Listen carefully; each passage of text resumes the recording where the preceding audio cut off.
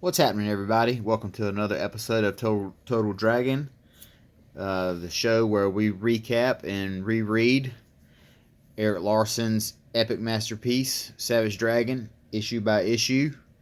Today we are on issue number 6, and let's go ahead and jump right into it. Last issue was Freak Force's first battle as a team, so let's see how that turned out.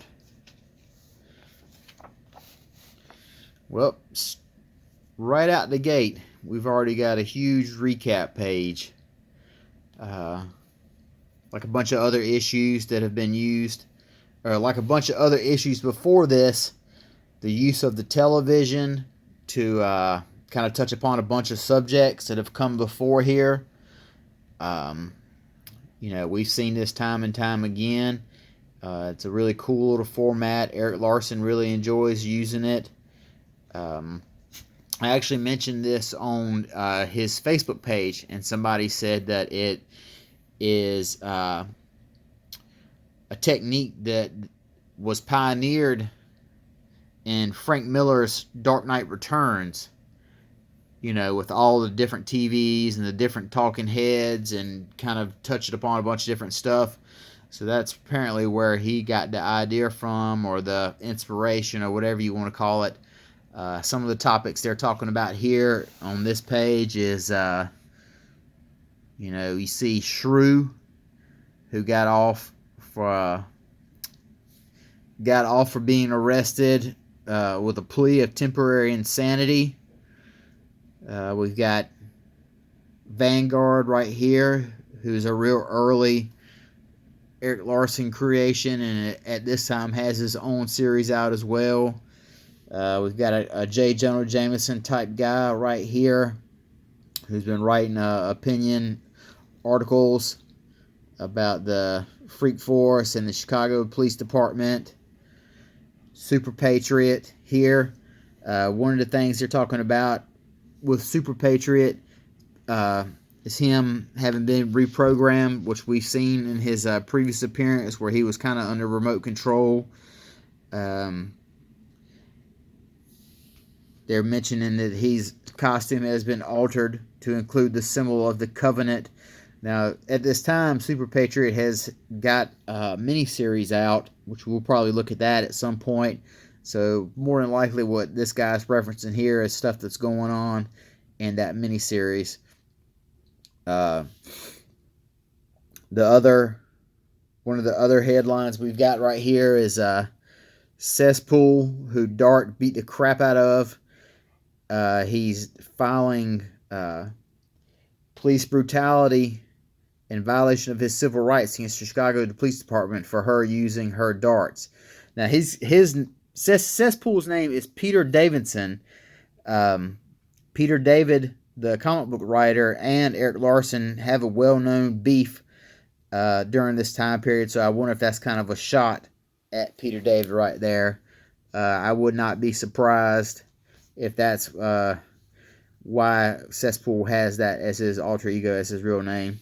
So now they're talking about back to the Freak Force versus the Annihilators. We've got just this big, huge panel right here.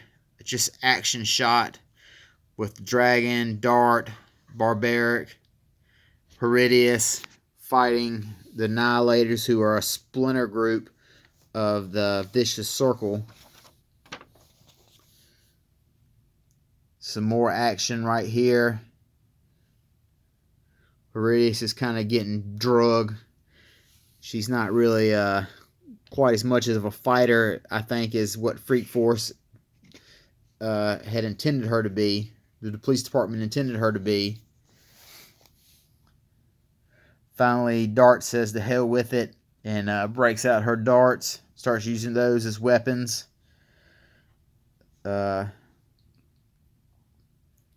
Kicks this guy right in the crotch, which causes him to cross his eyes.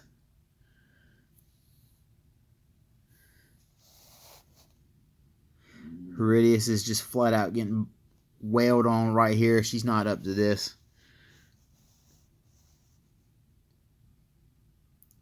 Mind Warp kind of takes possession of Savage Dragon right here and commands him to punch himself in the face. Dragon manages to fight it off a little bit to knock him out. So we got a lot of action going on right here.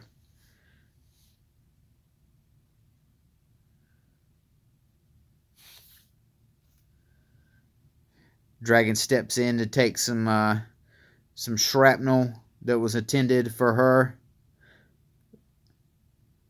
Pardon me, toots.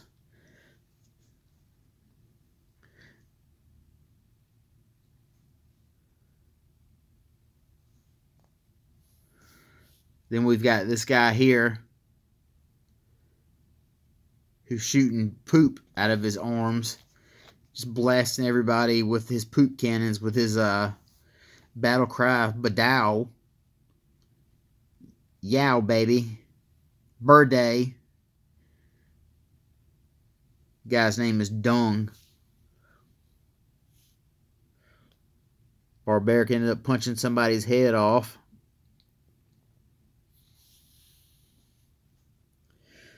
Dart recognizes that they're in over there. They're not ready for this. That's what she's noticing right here. Then we have a huge panel right here. Mighty Man, he's here. Finally, he makes his big public appearance so that everybody can see. Dragon's finally forced to believe that Mighty Man is in fact back.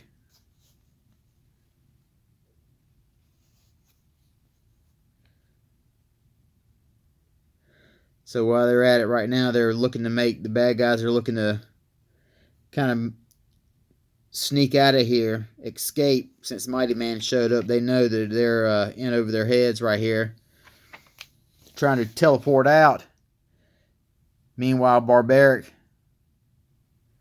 he smashes the controllers, and who knows what happened to those guys right then. Barbaric thinks he's killed them. So Barbaric's knocked one guy's head off, and looks like about 1, 2, 3, 4, 5, 6, maybe 6 or 7 guys right here on some teleporting pad. He smashes that pad so no one knows how they're going to turn up.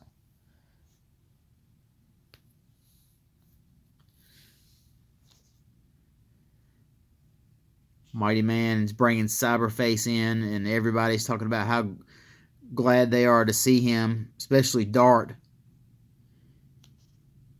She's basically grilling him, wanting to know where he's been at. You know, how come you haven't helped us more?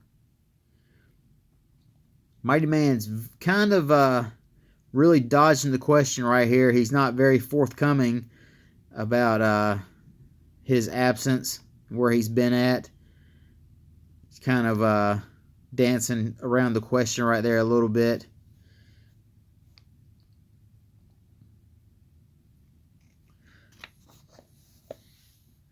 So in the meanwhile, after the big battle is over,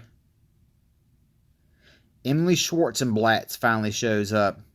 The little old lady who thinks Dragon is her long-lost son, Rodney. Dragon finally gets to meet her face to face. Says, you know, I don't mean to be rude, but who the hell are you? Cool little pin up here. Jay Lee. We've got the Dragon punting Super Patriot's head.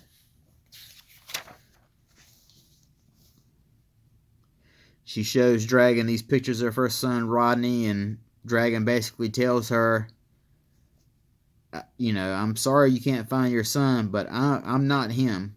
You know, this does not ring any bells, and I don't even feel like I'm Rodney or feel like in my heart that I'm him. So he kind of crushes that old lady's hopes, and then he just like ghosts on through that door.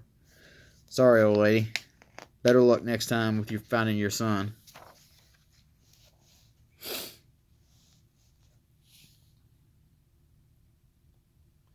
So we've got here kind of all the members of Freak Force don't feel too happy about their first mission. Barbaric pretty much sums it up the best. They rushed me through training and bitched that I'm not trained enough.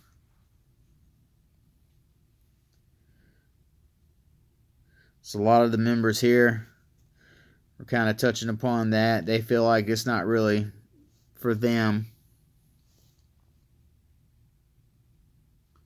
We've got a Vanguard. He's been arrested right here. He's in some type of lockup, as that was touched on earlier in the those television recaps.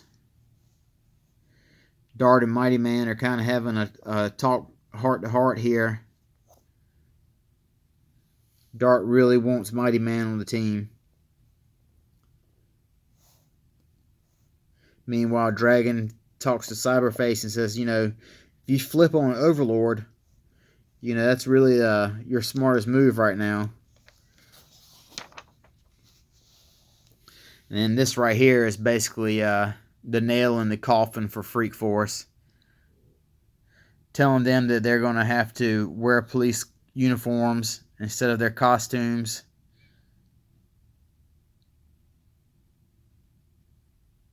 And everybody's pretty much disgusted by that idea. Now this panel right here, I was reading this the other day, and I'm trying to figure out where this panel takes place. At first I thought it was in the police department, but the more I look at it, and the fact that some random woman shows up there, it kind of makes me think they're at Mighty Man's house. That's really about the only thing I can think of. It's never mentioned that they go somewhere else, but the fact that they're at the police department and then all of a sudden they're here, you know, but then this lady, she shows up. She's not a cop.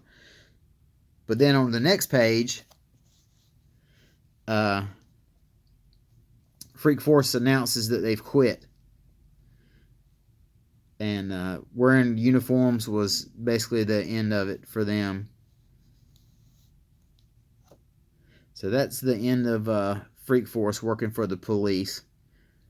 As Dart says, we'll still fight crime, but not like this. We're out of here. Dragon's talking to Frank. Frank lets him know that his wife's done left him. So he's very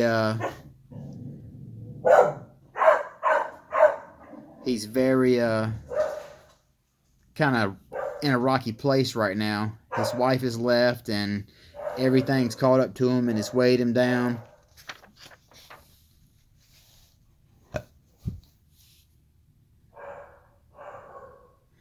Dragon tells the members of Freak Force that he's sad to see them leave, but you know, they're going to stay here and we're going to fight the fight the best we can.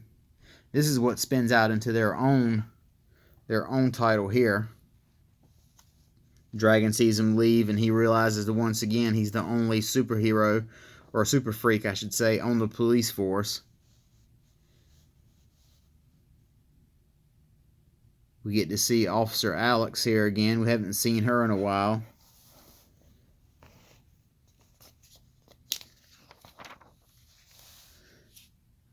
Meanwhile, the moment we've been waiting for this whole time, Dragon and Frank,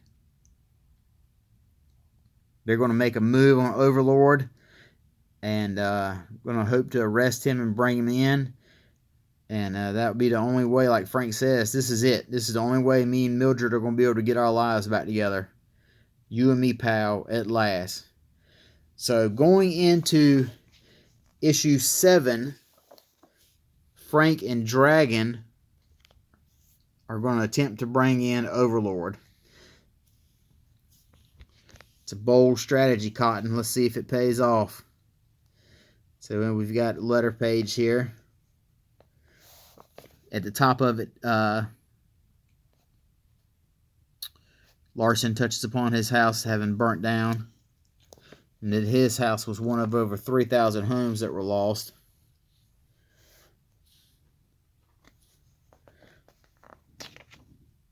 Another letter from the great Olaf Beamer.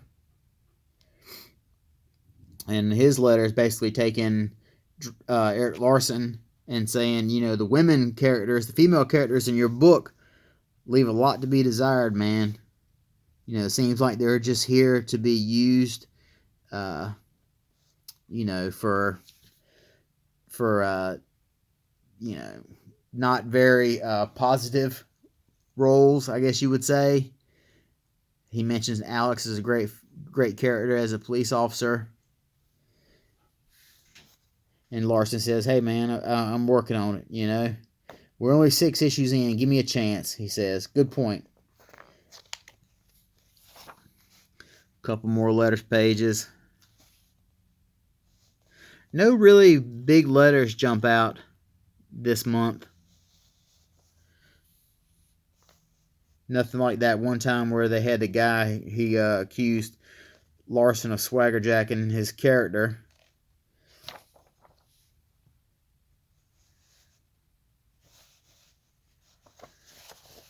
Here we got a guy right here.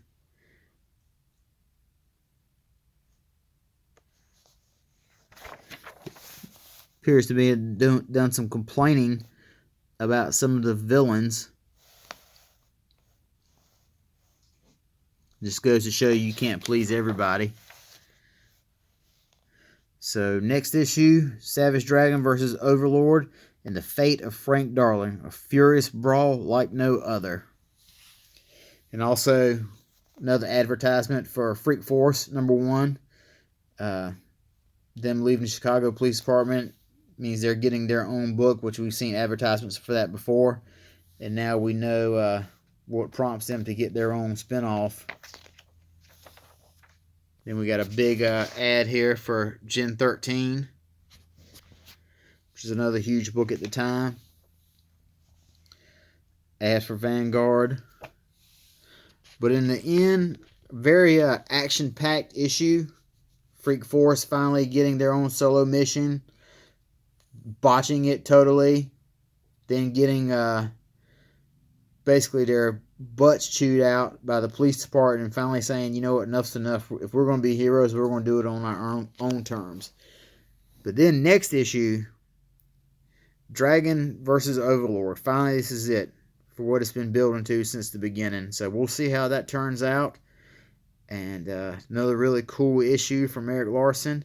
And that's it for episode number 13. And we appreciate it. And everybody take care. Later.